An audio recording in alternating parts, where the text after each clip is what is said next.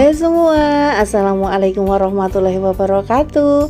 Kali ini saya akan membuat es pisang ijo. Adalah salah satu sajian khas Makassar yang memiliki banyak penggemar. Dengan cita rasanya yang unik dan segar, sangat cocok dinikmati ketika berbuka puasa. Teksturnya yang lembut dari fla putih berpadu dengan pisang berbalut adonan hijau yang disiram sirup merah rasa pisang, membuat sajian ini begitu istimewa.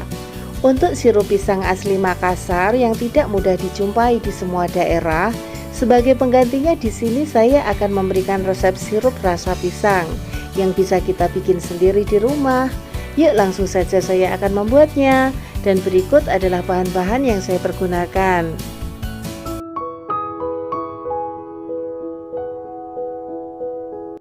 Pertama, ada buah pisang yang akan kita kukus. Sebaiknya dipotong dari tangkainya seperti ini.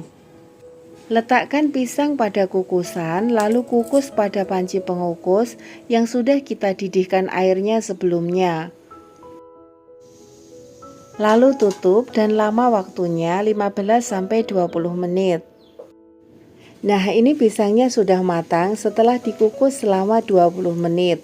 Hentikan proses pemasakan dengan mematikan apinya, lalu angkat dan tunggu hingga dingin atau hangat sampai kita bisa lebih mudah untuk mengupasnya. Proses selanjutnya kita akan membuat kulit pisang ijonya. Di dalam wadah masukkan tepung beras, tepung tapioka, kemudian gula pasir, dan garam. Lalu aduk menggunakan whisk hingga tercampur merata dan sisihkan.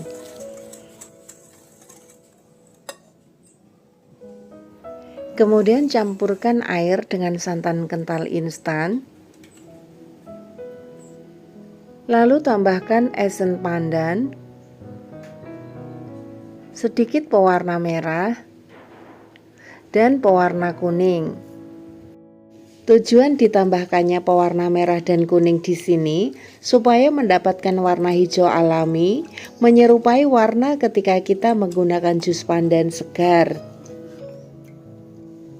Kemudian secara bertahap kita masukkan cairan hijaunya. Masukkan sedikit demi sedikit sambil terus diaduk hingga merata. Sebenarnya tidak harus menggunakan santan instan, boleh menggunakan santan yang dibuat dari kelapa parut. Boleh disaring untuk mendapatkan adonan yang lebih halus. Selanjutnya letakkan di atas kompor, kemudian nyalakan dengan api sedang, dan nanti ketika sudah mulai mengental bisa kita kecilkan menjadi api kecil. Pada proses memasak seperti ini, harus selalu diaduk-aduk, karena campuran adonan ini akan cepat sekali mengental. Nah, ini sudah mulai menggumpal, diawali dari samping, dan bisa kita sisir ke tengah.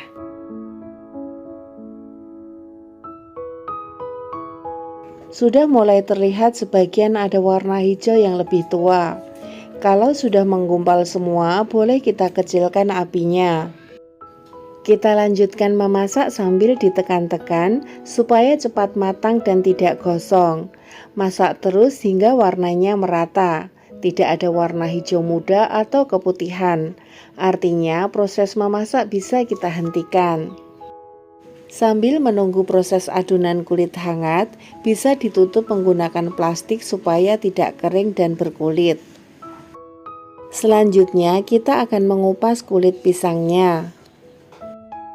Pisang yang saya pergunakan di sini adalah pisang raja dengan tingkat kematangan sedang. Sebaiknya jangan menggunakan pisang yang terlalu matang karena ketika dikukus akan lembek dan banyak mengeluarkan air.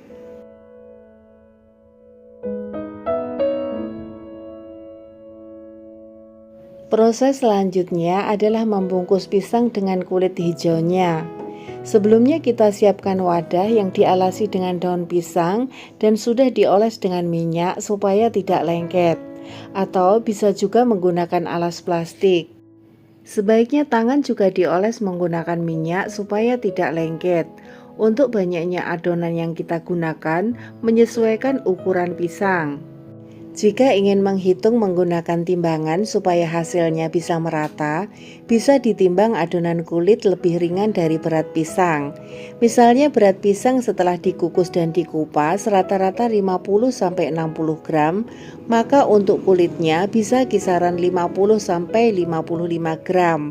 Atau silahkan disesuaikan kembali dengan ketebalan kulit yang dikehendaki. Untuk caranya, siapkan plastik lalu letakkan adonan di atasnya. Kemudian tutup kembali dengan plastik lalu dipipihkan. Bisa menggunakan sendok seperti yang saya lakukan. Kemudian kita bungkus hingga adonan menutupi semua pisang. Sambil ditekan-tekan dan usahakan tidak ada rongga antara pisang dan kulitnya, sehingga kulitnya menempel kencang pada pisangnya. Jika kulit pisang hijau sulit dibentuk atau cenderung keras dan tidak bisa menempel pada pisangnya, biasanya terlalu lama ketika memasak adonannya, sehingga menjadi kering. Atau bisa jadi dibiarkan terlalu lama terbuka, sehingga adonan pun menjadi kering. Nah, seperti ini lakukan hingga selesai. Selanjutnya akan kita masukkan ke dalam dandang atau panci pengukus. Sebaiknya untuk kompor sudah kita nyalakan dan air sudah dipanaskan sebelumnya. Untuk panci pengukus saya alasi dengan daun pisang yang sudah saya oles dengan minyak.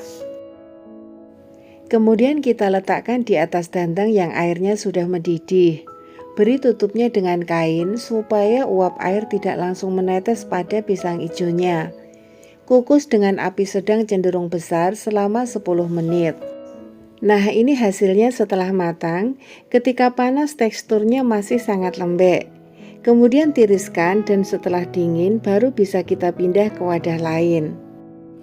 Nah, pisang hijau ini setelah dingin bisa kita simpan dengan dikemas rapat terlebih dahulu dengan menggunakan daun pisang, atau bisa dikemas menggunakan plastik wrap. Tujuannya supaya pisang hijaunya tetap kokoh dan tidak kering di bagian kulit luarnya.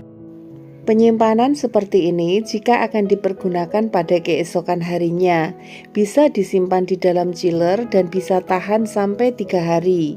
Namun jika ingin langsung disajikan, bisa ditunggu hingga dingin selama 1-2 jam dengan tetap menggunakan wadah tertutup supaya kulitnya tetap lembab. Proses selanjutnya kita akan membuat fla putih sebagai bagian dari pisang hijau. Pertama di dalam wadah masukkan semua bahan kering.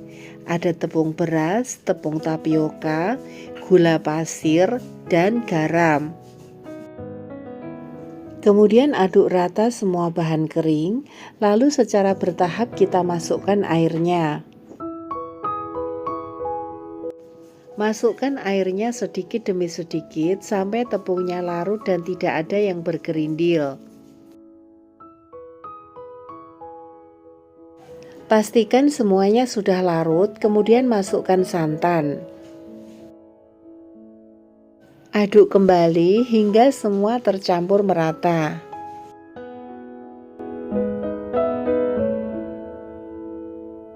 Lalu tambahkan daun pandan dan kita ganti pengaduknya menggunakan spatula. Kemudian letakkan di atas kompor dengan api sedang cenderung kecil. Pada saat proses pemasakan seperti ini harus diaduk-aduk supaya halus dan tidak menggumpal sebagian. Dan ketika sudah mulai mengental seperti ini, harus kita aduk lebih cepat dan jangan berhenti mengaduk, supaya tidak ada bagian yang bergerindil, sehingga akan menghasilkan fla putih yang halus. Jika pada pertengahan memasak terdapat tepung yang masih bergerindil, karena mungkin mengaduknya kurang cepat, bisa ganti diaduk menggunakan whisk. Nah, ini sudah mulai meletup-meletup. Biarkan sesaat hingga semua bagian mendidih semua. Biar lebih tanak, baru kemudian kita matikan apinya. Selanjutnya pindah ke wadah lain. Dan untuk konsistensi fla putih ini lebih encer dari ketika kita membuat bubur sumsum dengan teksturnya yang sangat lembut. Nah, ini pisang hijau yang sudah saya simpan semalam di dalam chiller. Ada yang saya bungkus menggunakan daun pisang dan saya beri plastik lagi, dan ada yang hanya menggunakan plastik wrap saja. Proses selanjutnya adalah saatnya menyajikan es pisang hijau. Caranya, potong pisang hijau menjadi beberapa bagian. Untuk tekstur pisang hijau ketika sudah dingin akan lebih kokoh dan mudah untuk dipotong. Namun ketika baru matang dan belum dingin, teksturnya masih lembek dan lebih susah untuk dipotong. Nah, ini terlihat bagian dalamnya menempel kuat pisang dan kulitnya, dan tidak ada rongga. Karena ketika kita membungkus di awal tadi, kita tekan-tekan, dan ketika proses pengukusan tidak lebih dari 10 menit. Setelah pisang hijau kita letakkan di piring saji, menyusul es batunya.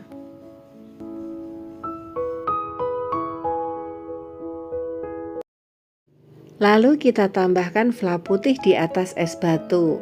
Sebenarnya boleh fla putih dulu atau es batu dulu, silahkan disesuaikan dengan selera masing-masing.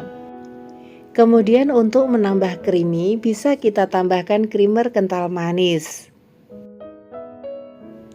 Dan terakhir adalah sirup merah rasa pisang Ambon khas Makassar merek DHT. Namun jika tidak ada, bisa menggantinya dengan sirup merah rasa pisang dengan merek lainnya, atau bisa membuat sendiri. Jika ingin membuat sendiri, resep dan cara pembuatannya sudah saya tulis di kolom deskripsi. Sekian dari saya, terima kasih sudah menonton. Jangan lupa like, komen, share, dan subscribe.